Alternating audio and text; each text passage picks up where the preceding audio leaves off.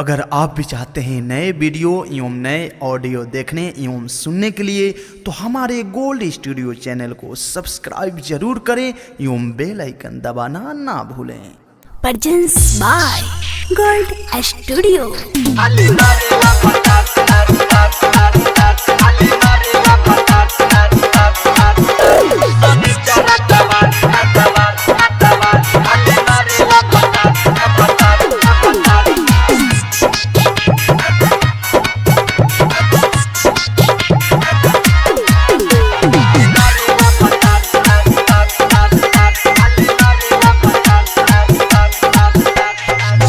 सखी शीला बोलो मुआ के लीला, सुना सखी शीला बोलो मुआ के लीला। राजी के बातें आज तू हो से कहिला देवेला मजाइया। कबहू पलंगना उपास परेला।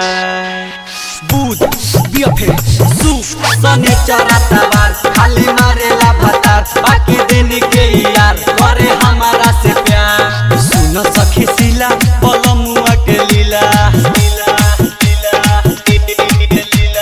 सुन सखी शीला बोलो मुआ के लीला। राजी के बातें आज तू हो से कहिला देवेला मजाइया। कबहू पलंगना उपास परेला। बुध बियफे सुख सने चरातावार खाली मारेला भतार बाकी दिन के यार करे हमारा से प्यार। ललचा recording studio Gopalganj. Presents by gold studio.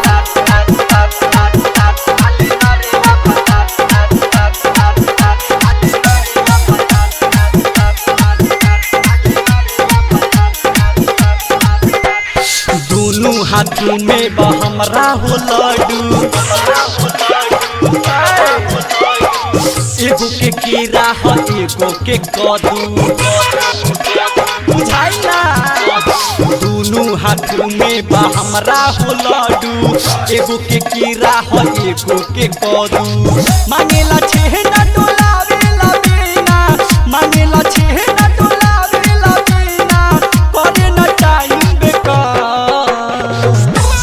अरे कबहू पलंगना उपास परेला।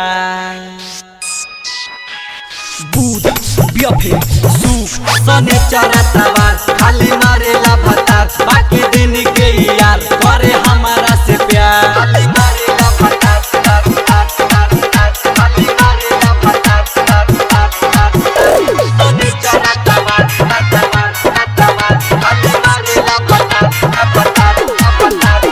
ललचा रिकॉर्डिंग स्टूडियो गोपालगंज।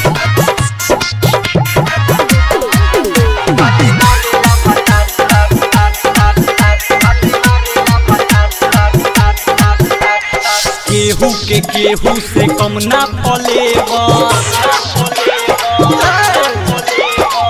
एही से सही ना केहू के तेवर बुझलू। केहू से केहू के कम ना फलेवर एही से सही ना केहू के तेवर।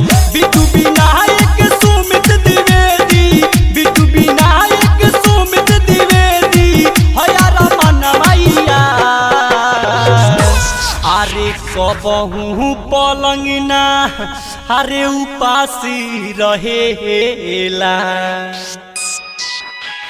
बुध बियफे सुख सने चरातावार खाली मारे